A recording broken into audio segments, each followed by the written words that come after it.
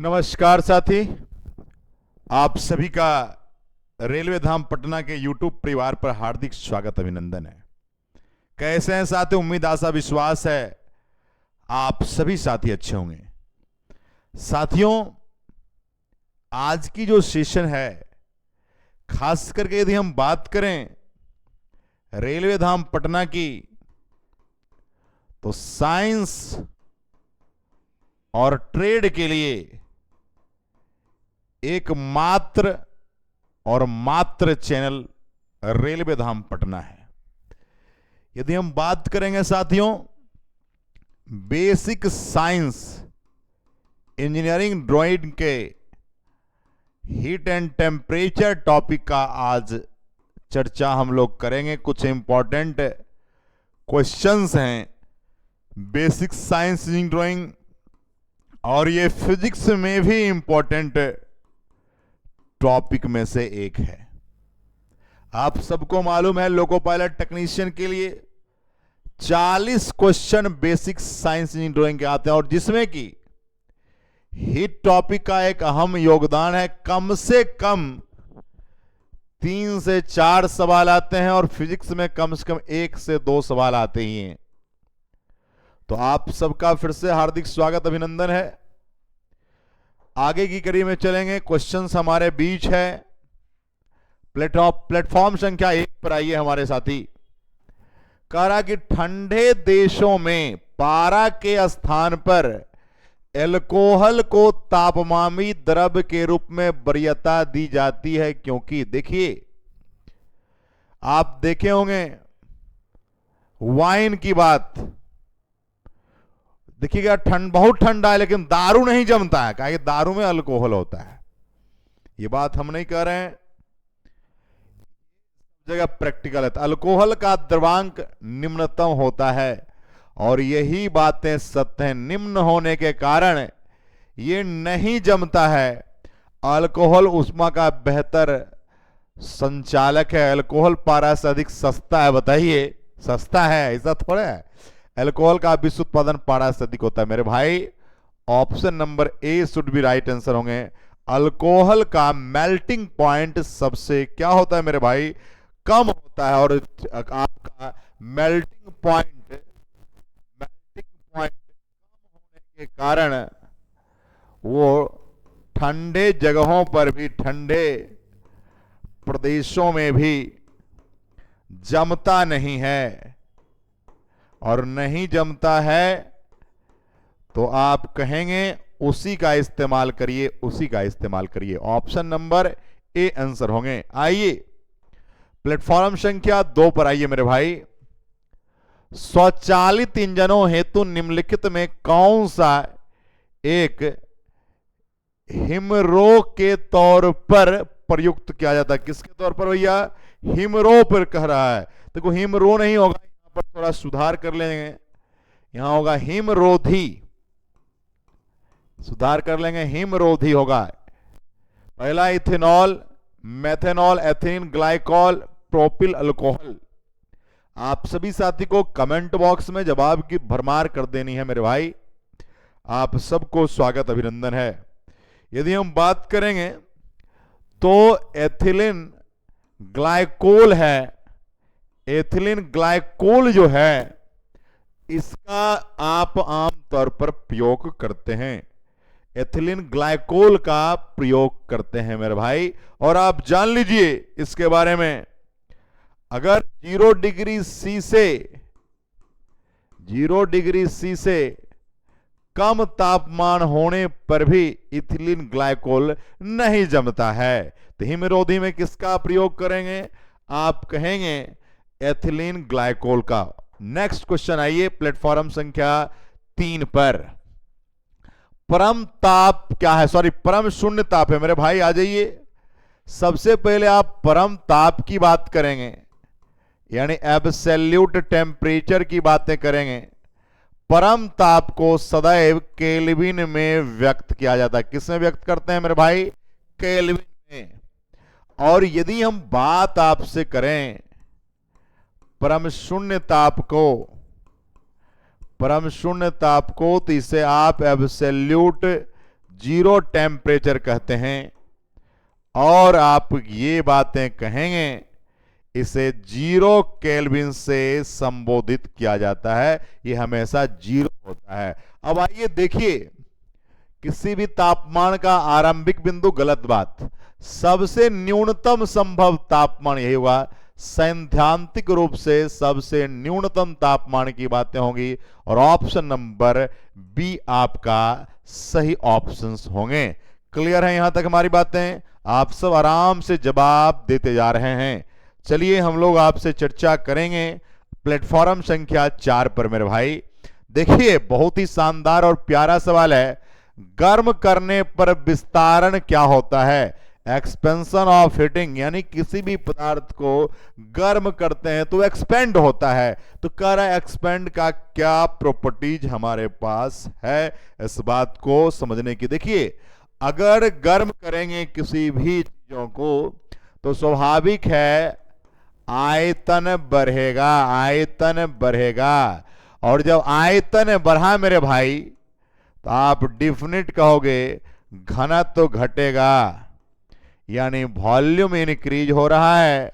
और जब वॉल्यूम बढ़ेगा तो डेंसिटी हमारा डिक्रीज करेगा। और अब आप देखिए कौन से ऑप्शन की कड़ी में आप जाएंगे तो आप कहेंगे गुरुदेव केवल ठोस पदार्थों में पदार्थ का भार बढ़ता है। बिल्कुल नहीं, पदार्थ का घनत्व घटा देता है, क्योंकि आयतन बढ़ जाता है तो घनत्व घट जाता है। आप जानते हैं घनत्व बराबर क्या जानते हैं, कमेंट कीजिएगा। डेंसिटी बराबर मास बाय वॉल्यूम, यानी द्रव्यमान बटा आयतन होता है मेरे भाई। अगर घनत्व के यूनिट की चर्चा कोई कर देगा तो आपका होगा केजी पर मीटर क्यूब होगा मेरे भाई।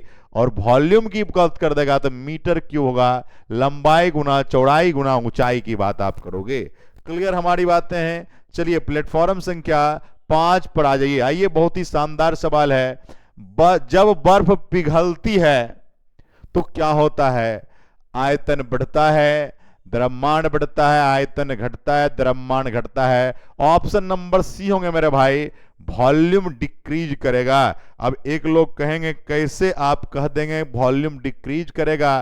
तो आप जानिए कोई अगर पानी है और उसको आप जमाएंगे, जमने के बाद क्या देखे होंगे, जितना पानी था उससे आपको ज्यादा महसूस होगा। लेकिन जब बर्फ है, जमने का बर्फ जब पिघलता है तो समझ रहे हैं बात को, ये घटा हुआ महसूस होगा। ठीक है, तो हमारा होगा आयतन जो है घटता है। ऐसे भी आप जान लीजिए घनत्व जो है इनवर्सली प्रोपोर्शनल टू आयतन होता है मेरे भाई, आयतन होता है। आयतन बढ़ेगा घनत्व घटेगा, आयतन घटेगा घनत्व बढ़ेगा मेरे भाई। इस बात को समझने की प्रयास करना है। प्लेटफॉर्म संख्या 6 पर आइए मेरे भाई। थर्मोस्टेट का प्रयोजन क्या है, यानी what is the purpose of the thermostat? अरे भैया यहां आ जाइए मेरे भाई। देखिए ऑप्शन हमारे पास हैं। ऑप्शन नंबर ए आपका है मेजरिंग द टेम्परेचर, दूसरा है कीपिंग द टेम्परेचर कांस्टेंट, तीसरा है राइजिंग द टेम्परेचर, चौथा है conversion of heat into electricity. चलिए मेरे भाई आ जाइए। अगर थर्मोस्टेट की बात करेंगे, किसकी बात करेंगे? थर्मोस्टेट की बात करेंगे। थर्मोस्टेट का मतलब ही होता है, देखो थर्मो का मतलब होता है ताप और स्टेट का मतलब होता है अस्थाई। ताप अस्थाई की बातें होती है, यानी आप ताप नियंत्रण की भी बात करेंगे, तापमान मापने की बात नहीं होगी, तापमान को स्थिर रखने की बात होगी। और ऑप्शन नंबर बी है टेम्परेचर कांस्टेंट की बातें आप करेंगे। टेम्परेचर किसकी बात करेंगे? कांस्टेंट की चर्चा आप करेंगे साथी। तो आप नाम से चीजों को आप बना सकते हो मेरे भाई, आराम से आपको चीजें क्लियर हो जाएगी। एक एक कॉन्सेप्ट आपको बेसिक लेवल से होनी चाहिए। आज ही हमारे साथ प्लेटफॉर्म संख्या 7 पर देखिए फिर एक सवाल आ गया है। थर्मोस्टेट किससे है?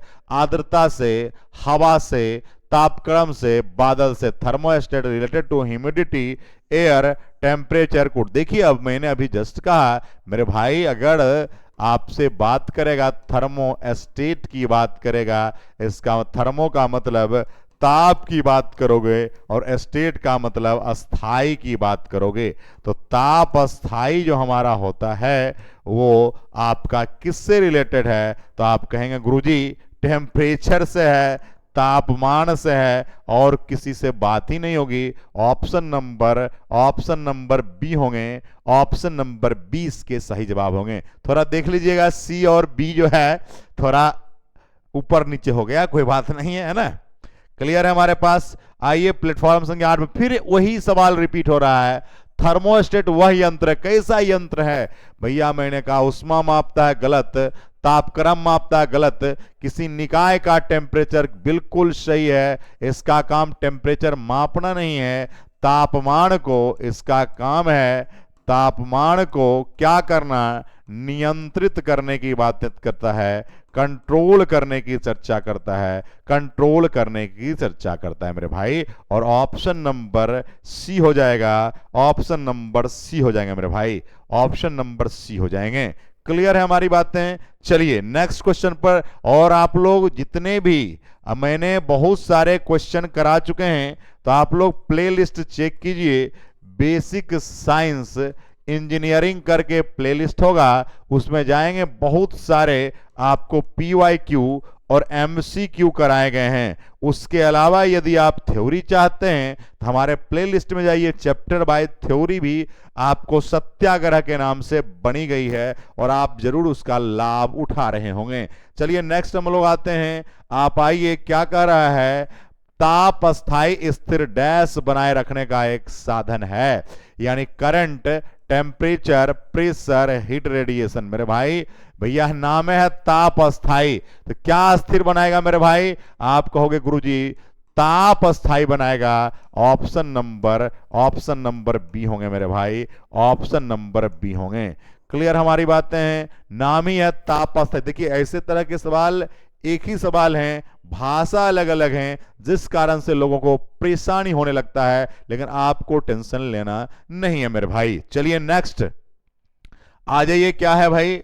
रेफ्रिजरेटर में थर्मोस्टेट का क्या काम है? देखो रेफ्रिजरेटर को आप आम बोलचाल की भाषा में फ्रिज कहते हैं, लेकिन उसका फ्रिज टेक्निकल नाम नहीं है, रेफ्रिजरेटर। आप देखे होंगे फ्रिज का जो डब्बा होगा या फ्रिज होगा, उसमें फ्रिज कहीं नहीं लिखा रहता है, रेफ्रिजरेटर में भाई लिखे रहते हैं। तो आप सब रेफ्रिजरेटर में थर्मोस्टेट का कार्य क्या है? कमेंट का धुआं धुआं उड़ा दीजिए मेरे मित्र। कमेंट इतना करिए कि कमेंट बॉक्स चरमरा जाए, गूगल के पास ये मैसेज जाए, यूट्यूब के पास मैसेज जाए कि भाई रेलवे धाम पटना में जो शेर पढ़ते हैं दबा के लाइक और कमेंट ठोकते हैं, इसलिए उसको भी समझ में आनी चाहिए। आइए, रेफ्रिजरेटर में थर्मोस्टेट का कार्य क्या है? तापमान को कम करना, हिमायन तापमान को बढ़ाना, एक समान ताप। बिल्कुल सही होगा, ऑप्शन नंबर सी इसका काम है टेम्परेचर को बनाए रखना। यानी रेफ्रिजरेटर में जो थर्मोस्टेट है, नाम ही है थर्मो स्टेट, इसका मतलब है मेरे भाई एसटीए, है ना। इसका मतलब है मेरे भाई ताप को स्थिर रखने की बात है, ताप को स्थिर यानी अस्थाई रखने की बातें हमारे पास हो रही है मेरे मित्र। क्लियर है? नेक्स्ट आइए प्लेटफॉर्म 11 नंबर पर। रेफ्रिजरेटर में खाद्य पदार्थ ताजा रखने हेतु सुरक्षित तापमान कितना डिग्री सी है? 4 है, 8 है, 0 है, 10 है। तो लोग आराम से कह देते हैं कि 4 डिग्री सी होगा। अब क्यों कहते हैं, इसके पीछे रीजन है।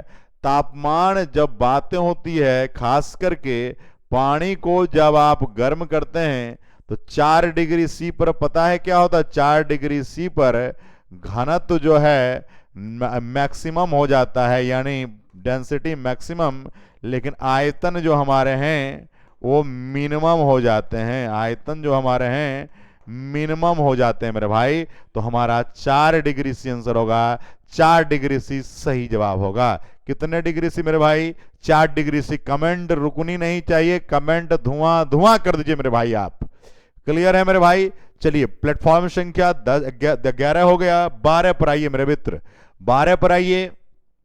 जब सीले बिस्कुट को थोड़ी देर, बिस्किट यहां मत समझिएगा, मान लो डेयरी मिल्क है मेरे भाई, क्या है? Dairy milk. एकरा में देखिए डेयरी मिल्क कोई खाने वाला होगा और कोई खिलाने वाला होगा, है ना। थोड़ी देर के लिए फ्रिज के अंदर रखा जाता है तो वह क्या होता है देखिएगा, पहले गीला रहेगा फिर कड़ा हो जाएगा। क्या रीजन है? ठंड से अतिरिक्त नमी बाहर आ जाती है, फ्रिज के अंदर आर्द्रता कम होती है इसलिए नमी अवशोषित हो जाती है, फ्रिज के अंदर आर्द्रता अधिक होती है इसलिए अतिरिक्त नमी अवशोषित हो जाती है, फ्रिज के अंदर दबाव अधिक होता है जिससे नमी बाहर आने में मदद मिलती है।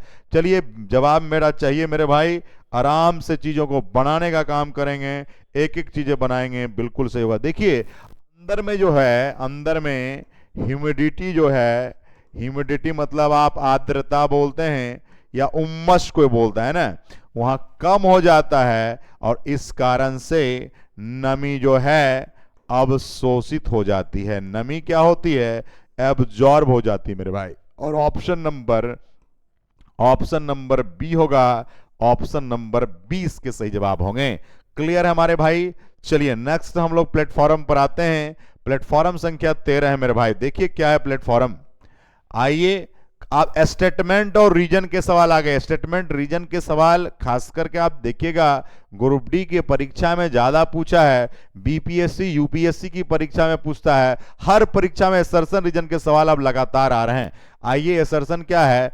बर्फ का टुकड़ा पेय को ठंडा बना देता है, कारण बर्फ पिघलने के लिए पेय से गुप्त उष्मा लेता है जिससे पेय ठंडा हो जाता है। नीचे दिए गए कूट्स को सही करें।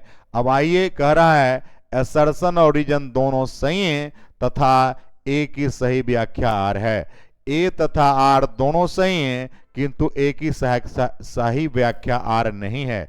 ए सही है परंतु आर गलत है, ए गलत है परंतु आर सही है मेरे भाई। अब बहुत ही शानदार सवाल है मेरे भाई, क्या कह रहा, थोड़ा गौर से समझने का प्रयास करेंगे। बर्फ का टुकड़ा पेय जल को ठंडा, पीने वाले जल को ठंडा बना देता है, बर्फ पिघलने के लिए पेय से गुप्त उष्मा लेता है जिससे पेय ठंडा हो जाता है। क्या बातें सही है? आप सबको जवाब देने की जरूरत है भैया, हड़बड़ाना बिल्कुल नहीं है, चीजें बिल्कुल क्लियर होने वाली है, क्लियर होने वाली है। देखिए एक बात देखिए, दोनों दूसरे से रिलेशन है और ये सही व्याख्या है और इस कारण से आप कहेंगे इसका सही आंसर होगा ऑप्शन नंबर ए होंगे। ए और सही दोनों सही हैं और ए की सही व्याख्या रीजन में कही गई है, इसलिए आपका जबरदस्त तरीके से ऑप्शन नंबर ए होंगे मेरे भाई। चलिए नेक्स्ट आइए, फिर से आपका स्टेटमेंट और रीजन वाले सवाल आ गए मेरे भाई। कह रहा बड़े शीतगृह मतलब कोल्ड स्टोर की बात कर रहा है ना। रेफ्रिजरेंट में अवशोषित अमोनिया का प्रयोग करते हैं, NH3 अमोनिया का प्रयोग किया जाता है ना। अब है जबकि घरेलू में क्लोरोफ्लोरोकार्बन CFC का प्रयोग करते हैं, कारण क्या है? अमोनिया को कम दाब और परिवेश पर द्रवित किया जा सकता है। पहला है दोनों सही हैं, दोनों का सही स्पष्टीकरण है, दोनों सही हैं परंतु सही स्पष्टीकरण नहीं है।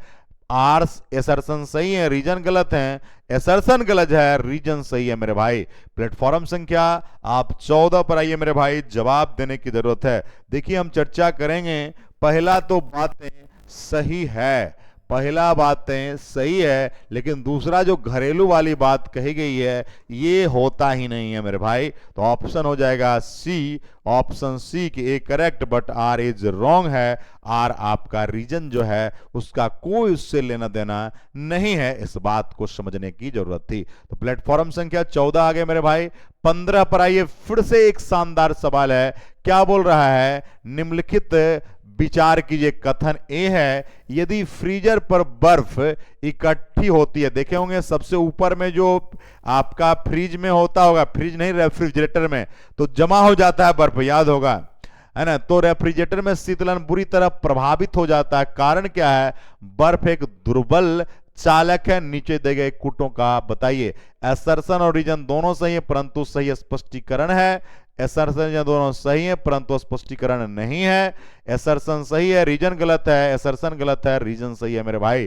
प्लेटफॉर्म संख्या 15 पर मेरे आइए और आप लोग आंसर देने का काम करेंगे। देखिए, यदि बात आप करेंगे तो इस बात को समझना होगा, पहला एसर्शन आपका इकट्ठी होती है बिल्कुल प्रभावित होती है, ये बातें सत्य हैं।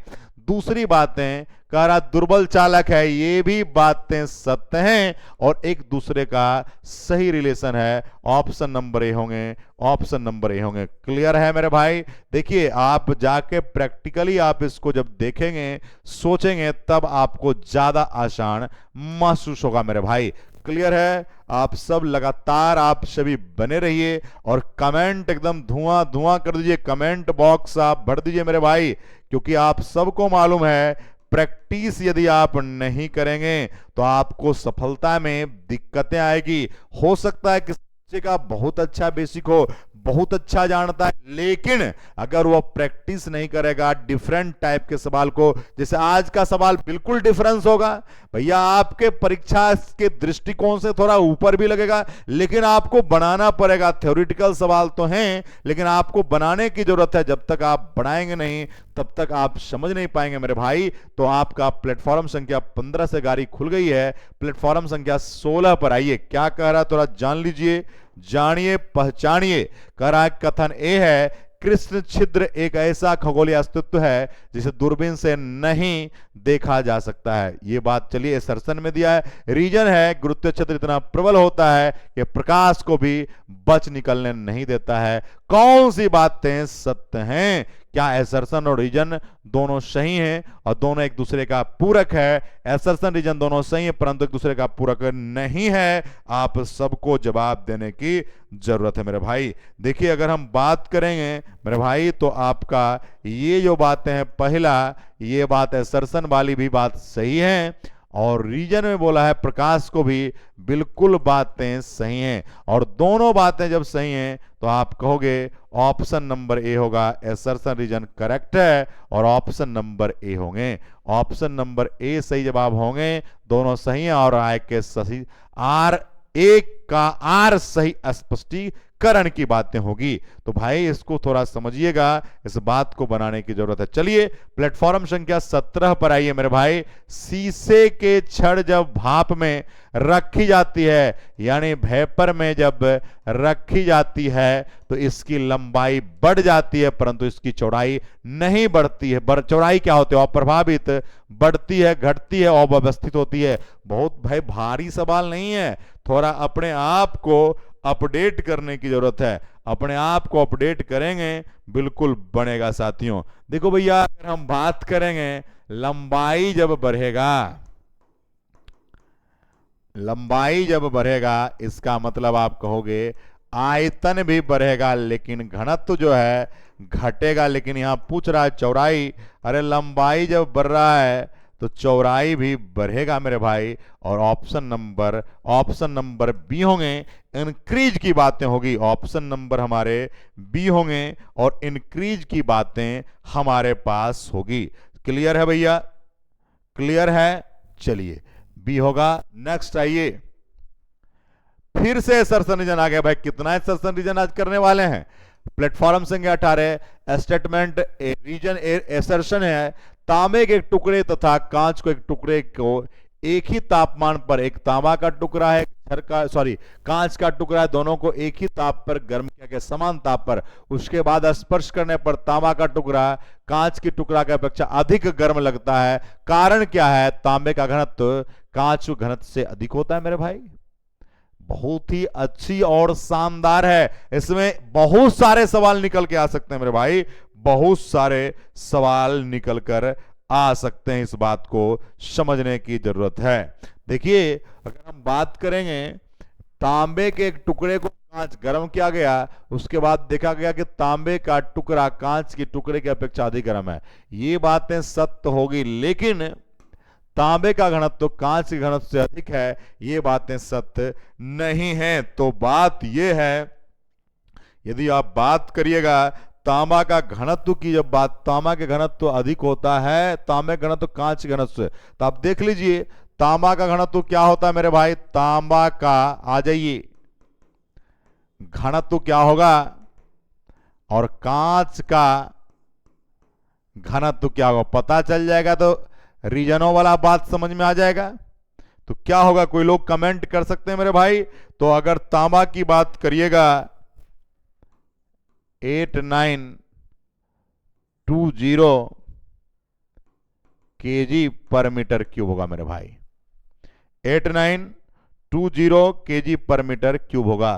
कांच के घनत्व की बात आप करिएगा मेरे भाई तो लगभग आपका 2500 होगा। अब देखिए ना, कांच वाला कम है, तांबा वाला ज्यादा है। तांबा का घनत्व कांच के घनत्व से अधिक, ये बात तो भी सत्य है, लेकिन एक दूसरे का सही स्पष्टीकरण नहीं है मेरे भाई। घनत्व को इससे कोई लेना देना नहीं है और ये स्पष्टीकरण नहीं है, लेकिन आपने ये दो क्वेश्चन भी जान गया, तांबा का घनत्व कितना होगा और कांच का घनत्व कितना होगा, ये बातें आपको जाननी थी। चलिए प्लेटफॉर्म संख्या आप 18 की बात हो गया, प्लेटफॉर्म संख्या 19 में आइए। ठंड के दिनों में लोहे के गुटके और लकड़ी के गुटकों को प्रातः काल में यानी मॉर्निंग में छुए तो लोहा गुटका ज्यादा ठंडा लगता है, क्योंकि गुटका का मतलब टुकड़ा की बात हो रही है। गुटका मतलब टुकड़ा, गुटका मतलब खाने वाला पान पराग रजनीगंधा वाला गुटका नहीं है मेरे भाई, समझने का प्रयास करिएगा। आपके पास है ठंड के दिनों में लोहे और लकड़ी के गुटके को प्रातः काल में, प्रातः काल मतलब मॉर्निंग में छुए तो लोहे का गुटका ज्यादा ठंडा लगता है। आखिरकार रीजन क्या है, रीजन क्या है? देखिए अगर बात करिएगा तो जो आपका ठंड होता है, ठंड जो होता है लकड़ी के तुलना में ज्यादा जो है लोहा अच्छा चालक होता है। जब चालक ज्यादा अच्छा होगा तो स्वाभाविक है कि उससे ज्यादा लगाव रखेगा तो ठंडा महसूस भी करेगा, एब्जॉर्ब भी करता है। प्लेटफॉर्म संख्या 20 पर आइए। यदि हवा का तापमान बढ़ता है तो उसकी जलवाष्प ग्रहण करने की क्षमता बढ़ती है या घटती है, बहुत ही इंपॉर्टेंट है मेरे भाई, इस बात को समझने का प्रयास करेंगे। देखो अगर टेम्परेचर बढ़ेगा इसका मतलब वेपर ग्रहण करने की क्षमता भी बढ़ेगा मेरे भाई, और ऑप्शन नंबर बी सही जवाब होंगे। तो साथियों आप सब ने बहुत शानदार तरीके से इसको बनाने का काम किया। एक बार कमेंट करके आप सब स्कोर जरूर बताएंगे मेरे भाई, और लगातार रेलवे धाम पटना के साथ जुड़े रहें। और आप सबको ये सूचना देता हूं लगातार आपकी क्लास इसी तरह चलती रहेगी, क्योंकि हम उपलब्ध नहीं भी होते हैं आपके साथ तो प्रीमियर लाइव के माध्यम से उपस्थित जरूर होते हैं, क्योंकि आपकी जो रूटीन है उस रूटीन को फॉलो अप करना हमारी जिम्मेदारियां हैं, और जिम्मेदारी पर हम हमेशा आपको साथ खड़े नजर आएंगे। आप सबकी जय हो, आप सबके माता पिता के चरणों में सादर प्रणाम समर्पित करता हूं। जय हिंद साथियों, जय रेलवे धाम पटना साथी, जय लोको पायलट टेक्नीशियन और अन्य प्रौद्योगिकी सरकारी परीक्षा की तैयारी करने वाले छात्रों की जय हो, जय बजरंग बली की जय हो। आप सबकी रक्षा बजरंग बली करे। जय हिंद, जय